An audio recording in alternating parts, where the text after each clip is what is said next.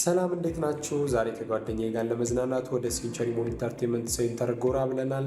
በመጀመሪያ ወደ ሪሴፕሽን ልሄድ ነው። የአከፋፈል ስርዓታቸው እጅግ ቀላል ነበር። በመጀመሪያ 200 ብር ሰጠን፣ ካርዳችንን ተቀበልን፣ የምንፈልገውን ያህል ኮይን አስሞላን። ካሸሪዎቹን በጥሩ ፈገግታ ነበረ የተቀበሉን። ወደ ውስጥም ገባን።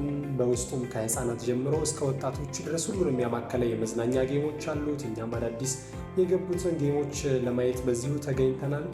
የጀመርነውም በፕራይም 2 ነበረ። ችሎታው ባይኖረንም ግን በጣም አዝናንቶናል። ከዛም ኤርሆኪ ተጫወትን። ጓደኛዬ ሳገባባት ተናዳ ነበር፣ ቢሆንም መልሳ አግብታ እሷም ደስታዋን ገልጻለች።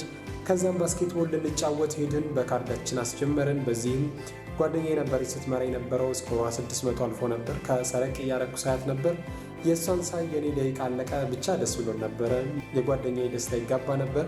አጠገባችን አባትና ይቺ ቆንጅዬ ልጆች ኤርሆኪ ላይ አብረው ሲጫወቱ ነበረ። ቀጥለን 5D ሄድን። በአክብሮት ተቀበለችን። ገባን። መነጽር ተሰጠን። የእውነት ለመናገር በጣም ነበር የሚያስፈራው። አንዳንድ ሌላ ለማየት አይኔን እየሸፈንኩ ነበር። ደግሞ ከፊልም እኩል ነበር ስጮህ የነበረው። ብቻ ጥሩ አዝናንቶን አለቀ። መነጽራችንን መልሰን ወጣን። ቀጥለን የሄድነው ወደ ፓምፐር ካር ነበር።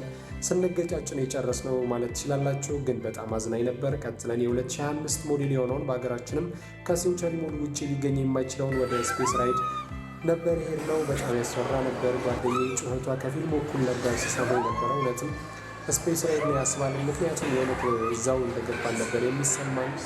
የጓደኛዬ ሁኔታ ለዚህ ምስክር ነው። በዚህ መልኩ የጌም ዞን የነበረን ቆይታ አጠናቀቅን። ቀጥሎ ወደ ሲኒማ ነበር የሄድነው። ሲኒማው ጋር ሌሎች ሲኒማ ቤቶች ያልተለመደ የማስታወቂያ ስክሪን አለ፣ ሙሉ የሴንቸሪ ሞል አገልግሎቶችን የሚያሳይ።